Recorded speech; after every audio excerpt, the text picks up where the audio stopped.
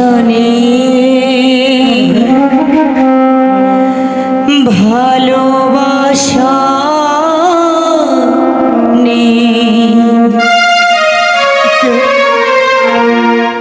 কে গাইছে চেনা সুরে মধুর কণ্ঠে কে গাইছে এই গান?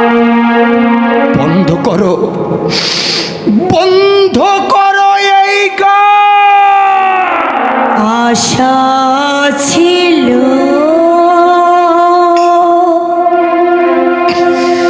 ভালোবাসা ছিল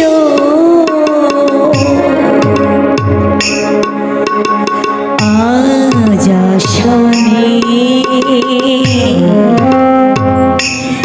ভালোবাসা নেই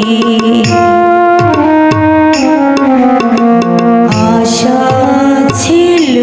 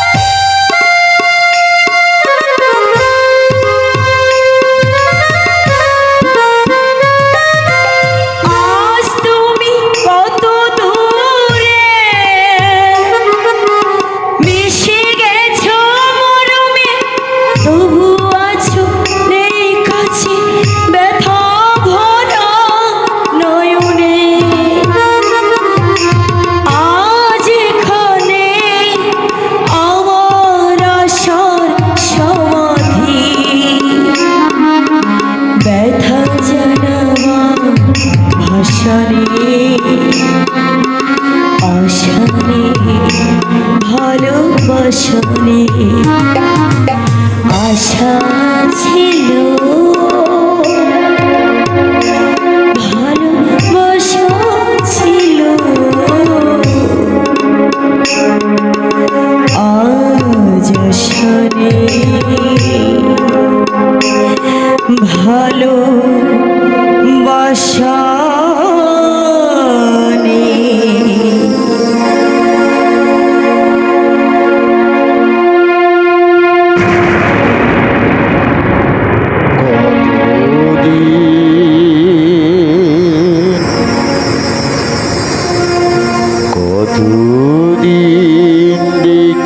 দেখিনি তোমার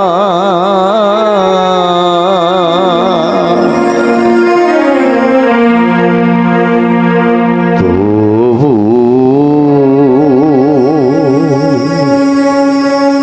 মনে পড়ে তবু মুখখানি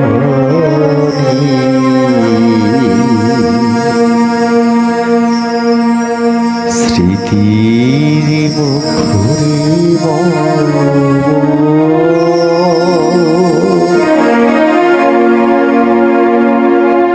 আজু তবু ছায়া পড়ে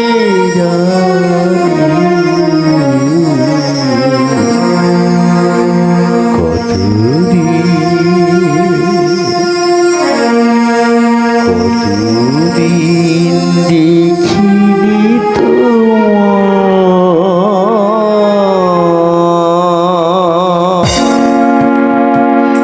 দাঁড়াও বকুল, সত্যি কি তুমি আমাকে ভুলে গেছো? আজ আমি অন্যের স্ত্রী, স্বামী ছাড়া আমার হৃদয়ে আর কাউকে স্থান দিতে পারি না। কিন্তু আজও কেন বারবার আমার তোমার কথা মনে পড়ে যায়? অদিতিকে ভালোবেসে তুমি তাকে বোঝবার চেষ্টা করো, সে নিশ্চয়ই তোমার ব্যথা বুঝবে। ভুল। আর এই হতভাগিনীকেই ভুলে থাকার চেষ্টা করো। ভুল বকুল, ভুল। শৈরিনী কোনোদিন গৃহবধূ হতে পারে না। চলো বকুল, চলো আমরা এখান থেকে অনেক দূরে চলে যাই, যেখানে ধনী দরিদ্রের কোনো প্রভেদ থাকবে না, আভিজাত্যের কোনো অহংকার থাকবে না। ভালোবাসা যেখানে ফুটবে আকাশে, প্রেমে যেখানে খেলা করবে পাখির টানার রঙ। না, তার হয় না। তোমার মিথ্যে ছলনায় একদিন আমার এই মন প্রাণ ভেঙে টুকরো টুকরো হয়ে গিয়েছে। বকুল! তুমি একটা প্রতারক, না। তুমি একটা প্রবঞ্চক, তুমি একটা মিথ্যাবাদী।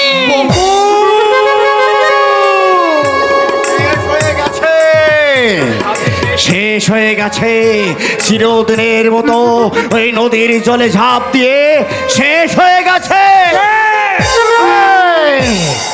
তোর মৃত্যু জম মূর্তিমান বিভীষিকা দস্য শার্দুল সিং। শার্দুল সিং? হ্যাঁ, এই জানোয়ার কি অপরাধ করেছিল তোর দাদা, কি অপরাধ করেছিল তোর মা। তোর মা তোকে 10 মাস 10 দিন গর্ভে ধারণ করে অসহ্য নরক যন্ত্রণা ভোগ করেছে, এটাই তার অপরাধ। তিল তিল করে বুকের ভক্ষ সুধা পান করে তোকে ছোট থেকে বড় করে তুলেছে, এটাই তার অপরাধ। তোর দাদা নিঃস্বরিক্ত হয়ে তোকে মানুষের মতো মানুষ করতে চাইছিল, এটাই তার অপরাধ। তাহলে এটা যদি তাদের অপরাধ হয়, তোর অপরাধের শাস্তি তো গ্যাস দিতেই হবে। প্রস্তুত হয়ে যা গোপাল। এই কে তুই? কে তুই? বল বল, কে তুই? আমি বকুল। মিথ্যে কথা বলবার একদম চেষ্টা করবে না। মিথ্যে কথা বললে তোর জিভটা আমি কেটে নেব। আমি করে বল তুই কে? আমি সত্যি কথা বলছি, আমি বকুল।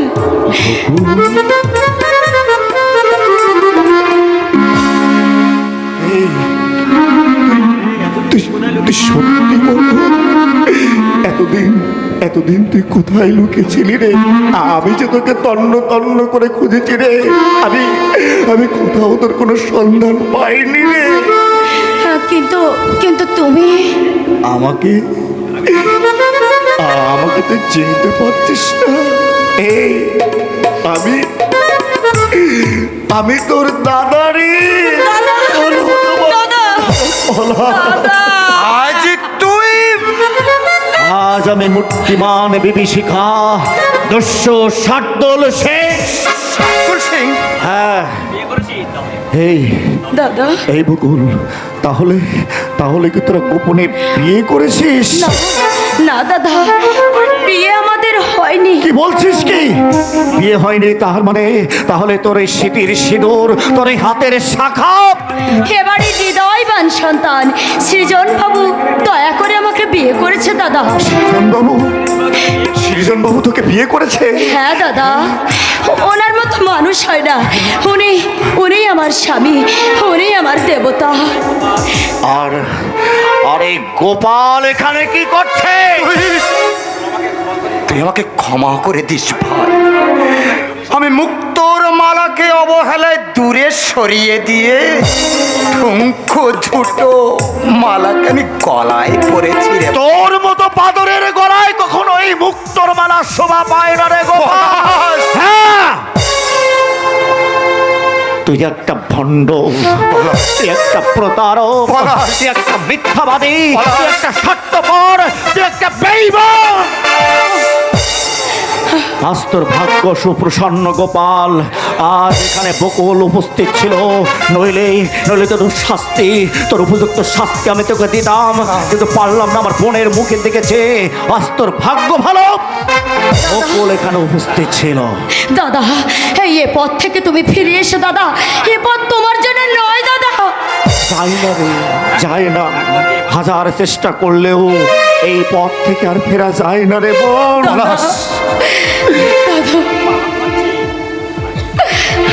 বকুল, এই বকুল, দাদা আজ আমার খুব আনন্দ হচ্ছে রে। এত আনন্দ আমার এই ছোট্ট জীবনে আমি কোনোদিন পাইনি রে। আজ আজ আমার হারানো বোনকে আমি ফিরে পেয়েছি, আর আমি জানতে পারলাম যে সৃজন বাবুর মতো একজন হৃদয়বান ব্যক্তি আমার বোনকে নতুন জীবন দান করেছে। এখন যদি আমি পুলিশের গুলিতে মরেও যাই, আমার একটু অনুশোচনা হবে না রে বোন। আমার এই ছোট্ট জীবনে আমি একটু শান্তি পাবো রে। মনে হয় পুলিশ শান্তিকে ঠিক বলেছে। শোন, আমি এখান থেকে না যাওয়া পর্যন্ত এখান থেকে একদম নড়বে না। পুলিশের ভয়ে তোরা একদম নড়াচড়া করবে না।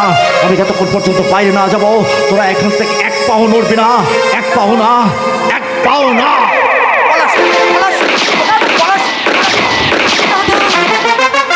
গোপাল দা, তুমি তুমি এখান থেকে চলে যাও গোপাল দা।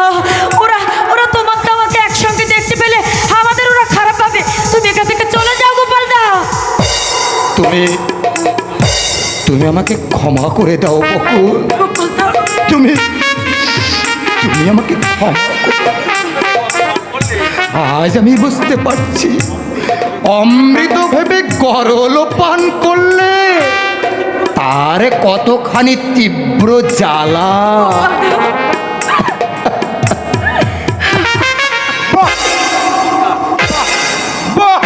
চমৎকার তুমি দেখতে এলাম পুরনো প্রেমিকের সঙ্গে নতুন অভিসারটা কতটাই জমেছে।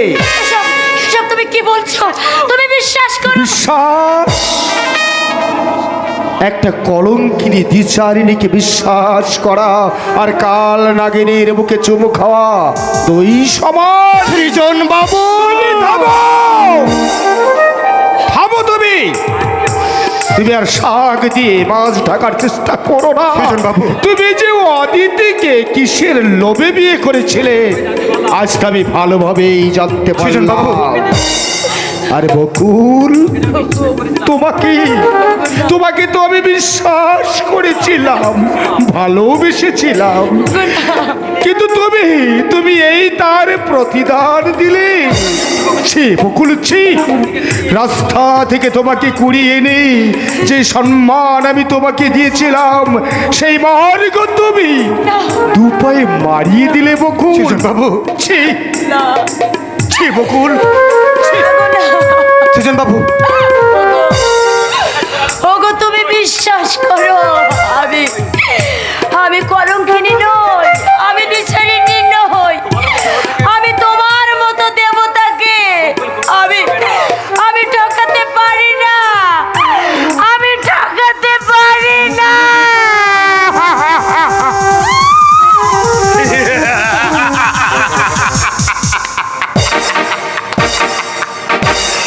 ও গোপাল বাবু,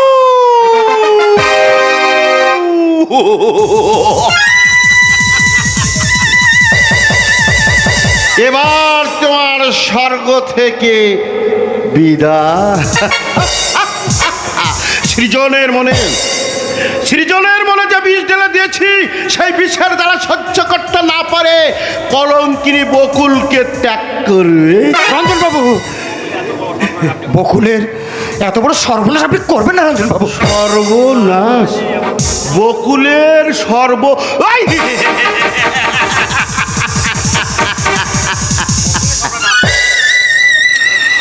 গোপালদা, গোপালদা, রঞ্জন বাবু, ওরে বকুলের সর্বনাশ না করলে আমার পৌষ মাসটা আসবে কি করে? রঞ্জন বাবু, ইয়েস, আমার নাম রঞ্জন, শিকারী রঞ্জন রায়।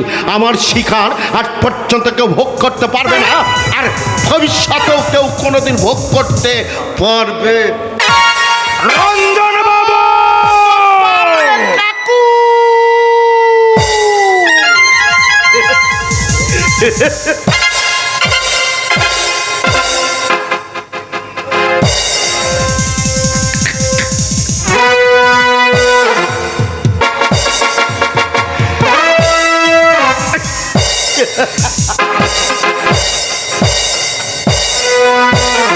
গোপাল বাবু কাটা খায়ে আমি একটু লবণের সিটি দিই। এর যে কি যন্ত্রণা, এটা অনুভব করো, মর্মে মর্মে অনুভব করো। রঞ্জন বাবু, রঞ্জন বাবু শুনুন, রঞ্জন বাবু যাবেন না, রঞ্জন বাবু। মোহের ঘোরে আমি এতদিন অন্ধ ছিলাম, আজ আমি স্পষ্ট দেখতে পাচ্ছি এটা একটা অমানুষ তৈরির কারখানা। এখানে আমি আর থাকবো না। আজ আমি ছুটে যাব আমার সেই সোনার পলাশে ডাঙায়, সেখানে আমার দাদা দুহাত বাড়িয়ে আমাকে ডাকছে, আমার মা ডুকরে ডুকরে কাচ্ছে, বলছে আয় খোকা, আমার কোলে তুই ফিরে আয়। আমি আসছি মা, আমি তোমার কোলে ফিরে আসছি মা, আমি তোমার কোলে ফিরে আসছি।